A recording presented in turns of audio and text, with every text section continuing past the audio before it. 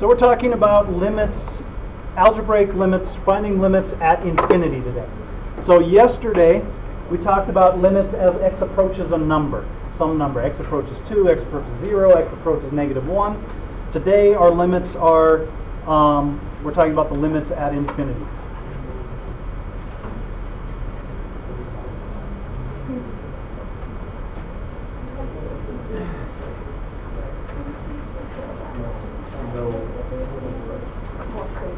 So let me grab the page. This is a page, I think it's the third to the last page in your packet.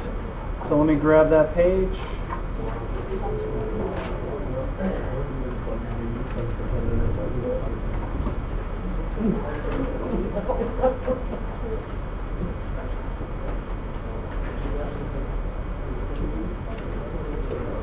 So we're looking at the page in your packet that looks like this.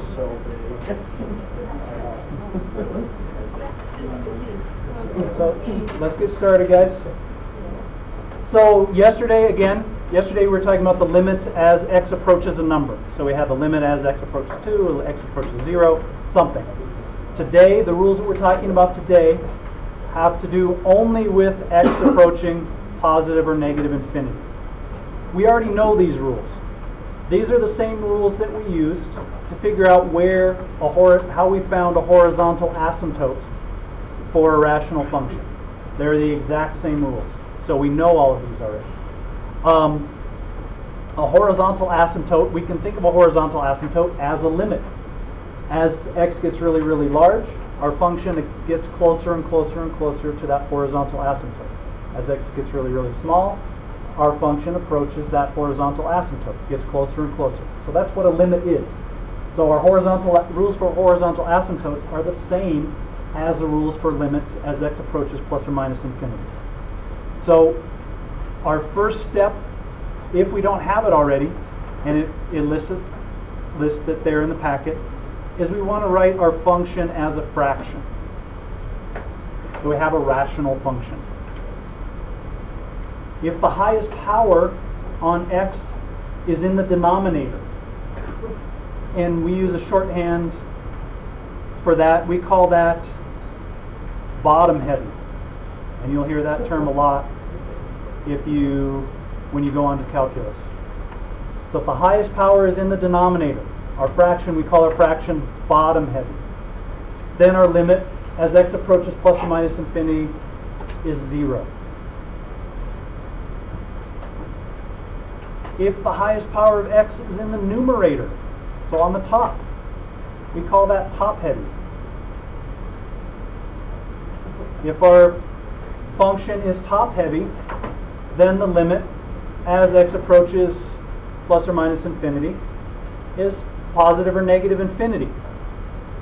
And we figure out which sign, positive or negative, just by plugging in a really large positive number or a really large negative number and seeing if we have a positive sign or a negative sign. If the highest power of x is the same in both the numerator and denominator, so our powers are equal, then our limit is the ratio of the leading coefficient, the number that's in front of the highest power of x in the numerator, divided by the number that's in front of the highest power of x in the denominator. Just like we did for rational functions, to find our horizontal asymptote if our degrees were equal. So these are the exact same rules. Now before I do the examples, a couple things to keep in mind. This idea of bottom heavy, top heavy, and the limit being the ratio of the leading coefficients only works for limits as x approaches plus or minus infinity.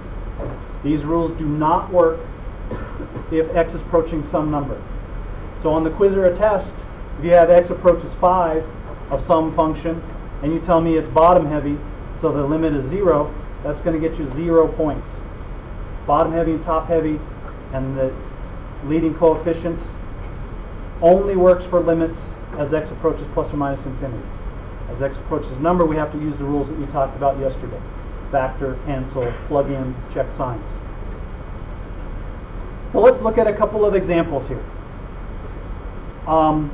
These kinds of limits, really not that hard, because we already know the rules. All right, so let's look at example number 12. So which case do we have here? For number 12? Bottom heavy. The highest power is x to the third in the bottom, x squared, so this is bottom heavy.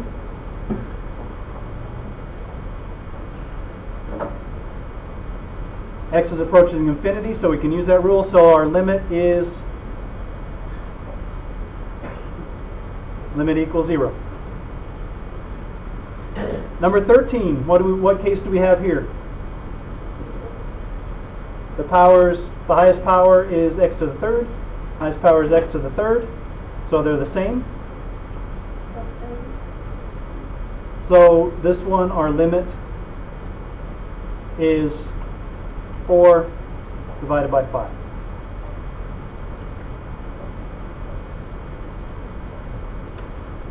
So this one, our highest power in the bottom is 1, highest power in the top is 3.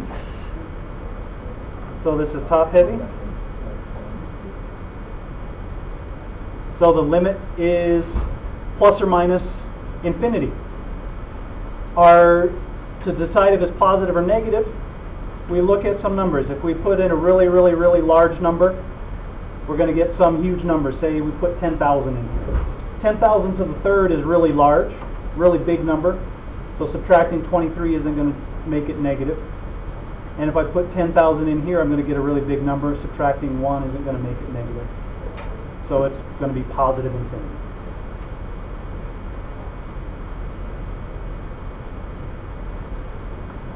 Example 15 is a little trickier.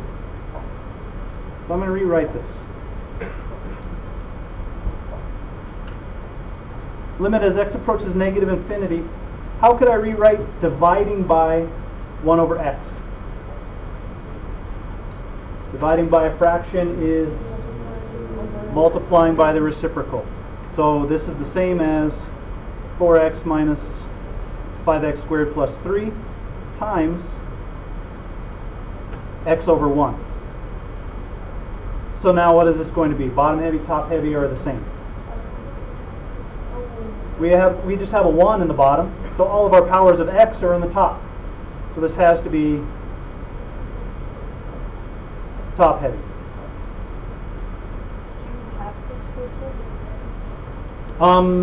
You could say the highest power here is negative 1. You could do it that way. Now we need to figure out is our limit going to be positive or negative infinity. So if I plug in a really large negative number,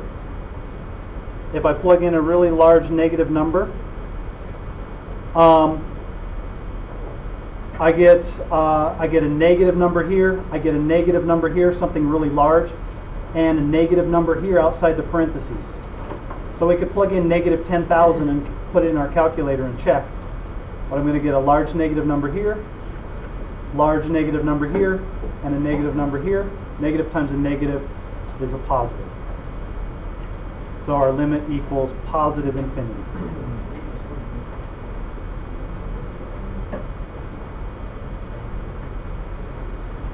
An example like number 16, we have to think about it a little differently. So what is the power of x in the denominator, in the bottom? 1, it's just 1. We can think about the power of x in the top, the highest power, as the square root of x squared.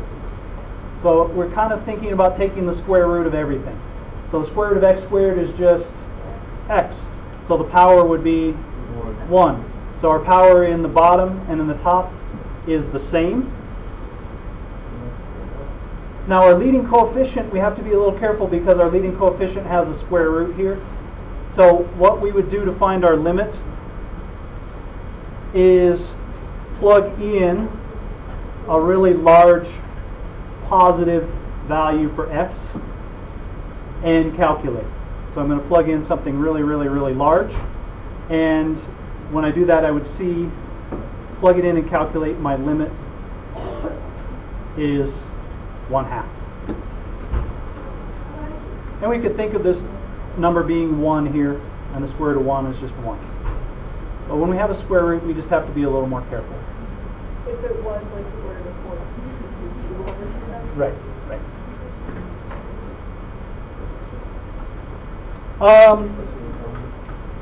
And then number 17, this example 17. We can think of the power in the numerator, the highest power being the square root of x squared. So they have the same powers. So it's going to have some kind of limit. So we're going to, this is kind of the same problem, but for this one, if we plug in a really large negative x, really large negative value for x, like negative 10,000. Here I have negative 10,000 squared, which is a really big positive number. And I subtract something away from it. I'm going to get a positive number in the numerator. And if I put negative 10,000 in the denominator here for x, I would get a negative number in the denominator. I'm going to plug in a really large negative number to check my sign. So the limit here turns out to be negative 1/2, because when I put a really large negative number in the denominator, I get a negative number. So the limit's going to be negative 1/2 for this one. Even though these two look really, really similar, one's positive, one's negative. Yes?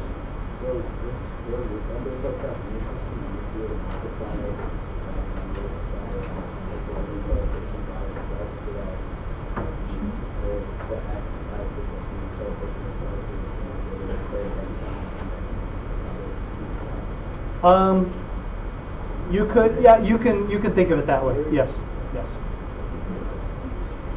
All right. So those are all the examples that I wanted to do today. There are only 3 cases: bottom heavy, top heavy, or equal powers.